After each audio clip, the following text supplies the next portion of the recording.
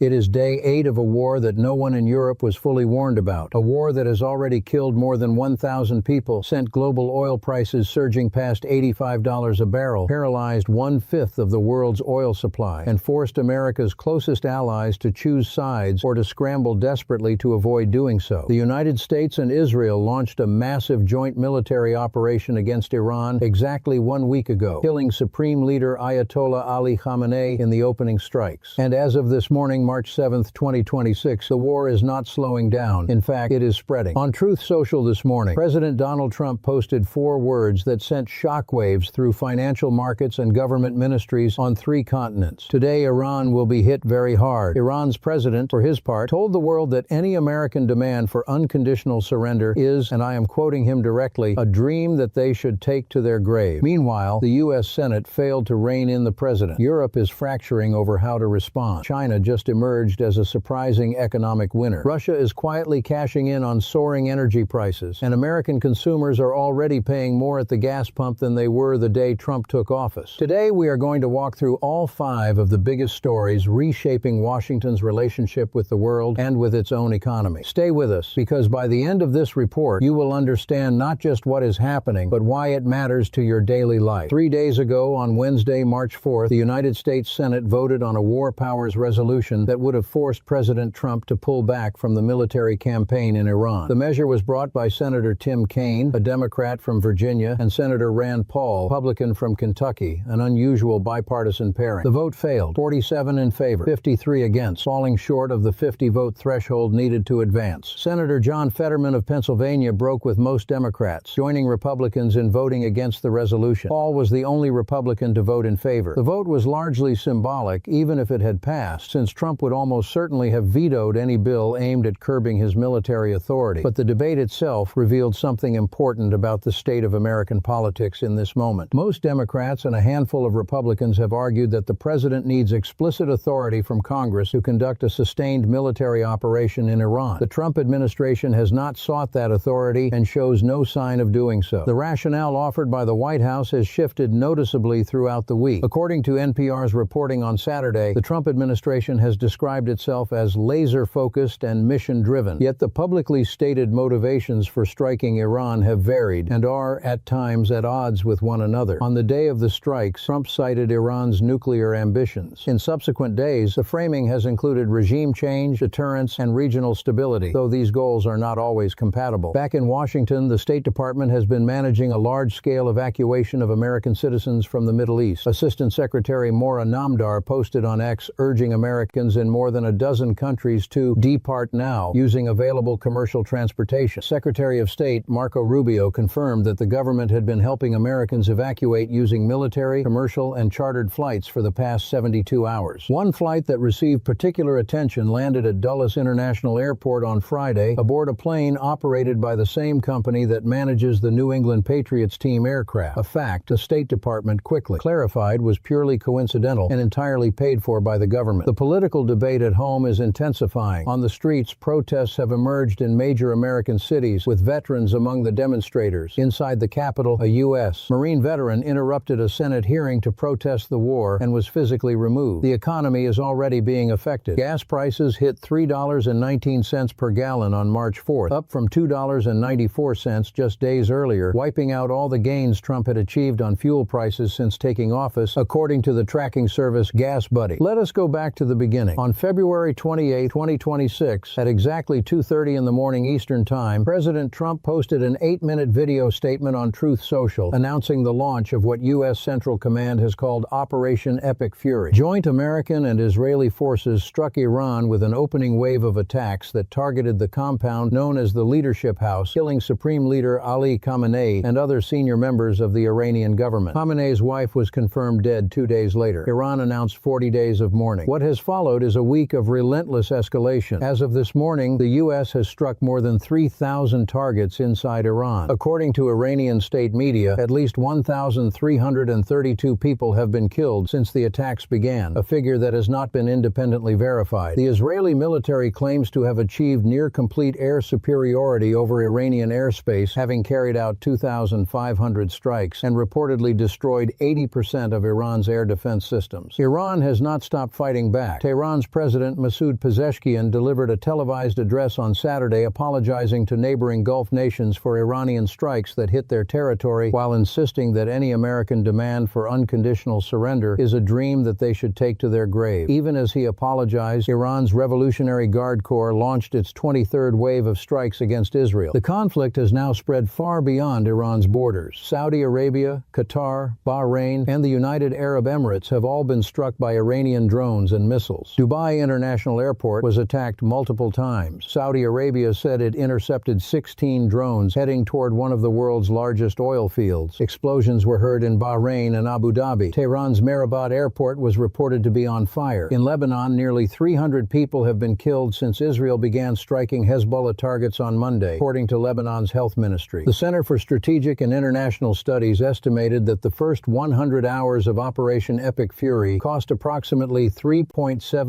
billion, roughly $891 million per. Critically, $3.5 billion of that total has not been budgeted for, according to CSIS reporting. This is a war being waged at extraordinary expense, with no congressional authorization and no clearly defined endpoint. While Washington is focused on the Middle East, Moscow is watching carefully and quietly benefiting. The Kremlin has described the Iran war as producing a significant increase in demand for Russian energy products. With the Strait of Hormuz effectively shut to commercial shipping, countries that normally import Gulf crude, particularly India and China, are pivoting rapidly toward Russian supply. As oil analyst Neil Quilliam put it to Al Jazeera, Russia is certainly benefiting from the loss of Saudi and Iranian crude making it to markets, and will increase the flow of crude exports to China and India at higher prices too. On Friday, U.S. benchmark crude surged more than 4% to $84.36 per barrel. Brent, the international standard, climbed to $87. Those are extraordinary numbers, and Russia is positioned to capture a meaningful share of the demand windfall, though analysts at the Center for European Policy Analysis warn it may not be enough to rescue Putin's battered budget. Russia sold oil at a significant discount due to sanctions, and the ruble has strengthened beyond what Moscow's budget assumptions can sustain. The Russian government is already preparing spending cuts, with its economic growth forecast being lowered from 1.3% to somewhere between 0.7 and 1% for 2026. On Ukraine, the situation remains in a diplomatic holding pattern. Russia's Kremlin spokesman Dmitry Peskov confirmed on Friday that the Russian government is in dialogue with Iran's leadership and will continue that dialogue. That's a notable signal, given that Iran and Russia are both outside the Western alliance system and now share a common adversary. On the Ukraine ceasefire track, Peskov remained non-committal, saying Russia is monitoring the situation and will respond through diplomatic channels. The ball, as Secretary Rubio said weeks ago, remains in Russia's court on a proposed 30-day ceasefire, and Moscow shows no urgency in picking it up. For the United States, this represents a structural tension. Washington is fighting a new war in the Middle East, while the Ukraine peace process remains stalled, and the economic beneficiary of both conflicts in terms of energy revenue is Russia. The International Energy Agency's executive director Fatih Birol directly warned European nations on Friday against looking to Russia to replace disrupted Gulf energy supplies, calling it economically and politically wrong, and warning that one of Europe's historical mistakes was the over-reliance on one single country. The message was clear. The Iran war must not become a backdoor to rehabilitating Russian energy dominance. On February 20th, 2026, the Supreme Court of the United States handed down a landmark ruling in the case Learning Resources Incorporated versus Trump, striking down President Trump's tariffs imposed under the International Emergency Economic Powers Act, known as IEEPA. In a 6-3 decision, the court ruled that IEEPA does not authorize the president to impose tariffs. The government estimates it collected $166 billion